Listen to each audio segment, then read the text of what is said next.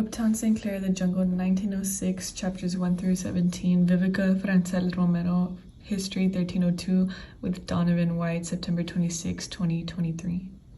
Introduction, The Jungle.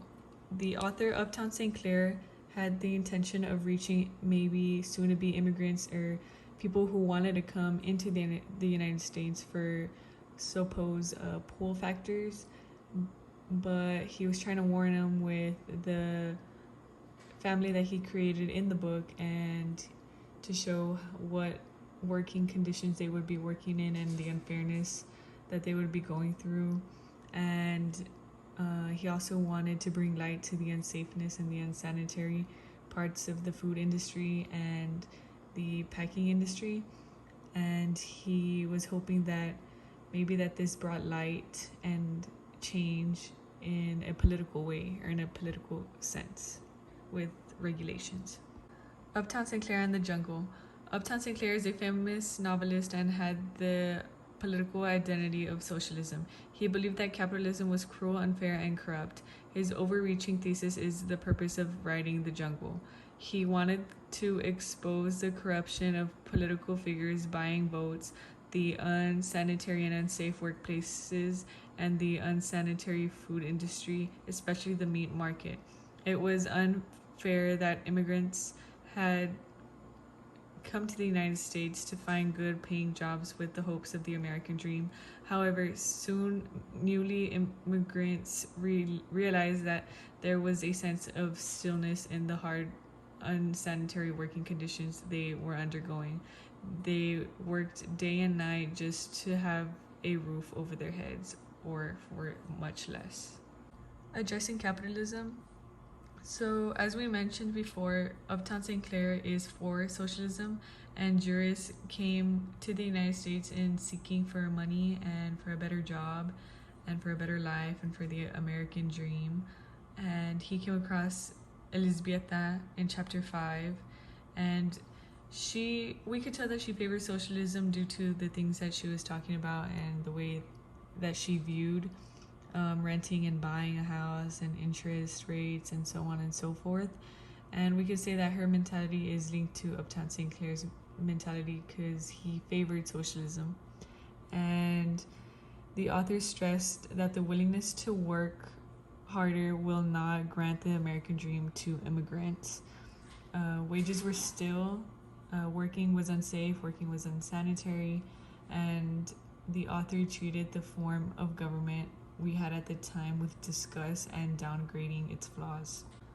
Addressing capitalism, what we learned as far as today. Our nation has changed in so many aspects since the early 1900s. The Jungle was a big reason for passing better labor laws, the Meat Inspection Act, and the Pure Food and Drug Act in 1906. We have stronger voting laws in order to prevent being tampered with or influenced by illegally, preventing of allowing political figures to buy votes. This book was a voice for many of those who were voiceless at the time, and this book was also a stressor for healthier change. There was a certain point in the book where one of his children died, and he had a sense of relief since money was so scarce. He had one less mouth to feed. And there was another time in the book where he went to jail and he had a sense of relief because he was giving food, he was given shelter, he was given a restroom, he was given everything that he needed, and he was stress-free during that time. Addressing the economy, what we learned as far as today. So in the 1900s, during the golden age, the economy was growing, it was booming, it was skyrocketing at a very fast pace, especially in New York and Chicago. And we learned as a society how to maintain and organize the economy, because back then, as mentioned in the book also, one of these immigrants, I forgot her name, there was a bank freeze, I believe, and she went to the bank to withdraw her money to make sure it was there. And so she withdrawed it, and she asked the bank, "Can I put it back in?" And the bank said no. So she had to strap her money in her clothes in order to prevent it from being stolen, and so on and so forth. So I believe we as a society have learned a lot about the economy and the banking and so on and so forth. More in depth, the meat market in the 1900s. The immigrant in the book, Juris, worked at the meat market. So here are some quotes on the side, basically explaining what the meat underwent through, how rats were in it, how rats would die in it, and how sawdust was in it, and how germs of the workers would spit on the floor and it would get on the meat, and how the leaks from the roof would land on the meat. And there was also more in depth, the results, meat marketing industry. Reading chapter 14 gives readers the disgust, especially at that time, that they were eating this extremely unsanitary meat, and this caused for a legal change within the year 1906. The Meat Inspection Act was passed, also with the Pure Food and Drug Act. More in depth, the labor through an immigrant family. Ona and Juris showed us the hardships of an immigrant family living in the United States in the early 1900s. And on the left are some quotes from The Jungle, explaining or the more in depth, the labor through an immigrant family, part 2. Big corporations or factories of any sort had no sympathy for immigrant workers. Many, like the family in the book, took their kids out of school so their children can work and help pay for necessities needed to live. Juris got hurt at the meat market when a steer ran over him, and he went to the doctor, which cost them a lot of money, and the doctor told him that he needed to rest for 2 months, and so this caused him to take out the children from school in order for them to work. And this just shows how scarce it was, that they couldn't miss a day of work. More in depth, immigration groups in the early 1900s. Immigrants moved to the United States in hopes of obtaining more freedom, money, and job opportunities. They praised the American dream, yet nothing prepared them for what they were going to experience. And I believe that this was the saddest part, that they went through a hectic travel. They left all their family. They only came with one suitcase, or with at sometimes nothing, and just to experience this horrible way of living.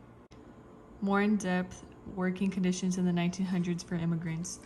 Children were much smaller than adults, of course, and they were often put in dangerous environments when they would work, because since they were so small, they were able to fit where adults couldn't, and they were sent to those small places, either to clean it or to fix it or to maintain it, or so on and so forth in the factory. And this often resulted in a lot of hurt in the children, and a lot of, or possibly even death. The real world versus the immigrant family in the jungle.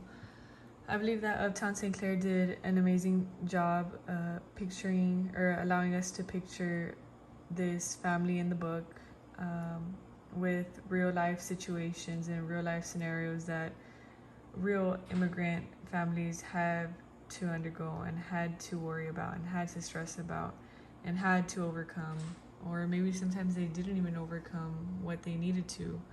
And it's very unfortunate, but I believe that he did a good job in order for there to be change. Conclusion. Upton Sinclair's book, The Jungle, inspects so many problems in the society during the early 1900s. This was a time of economic boom and a time where mistreatment was done to workers. This was a time of greed and a time for a desperate need of regulations. Upton Sinclair once said, "It is difficult to get a man to understand something when his salary depends upon his not understanding it."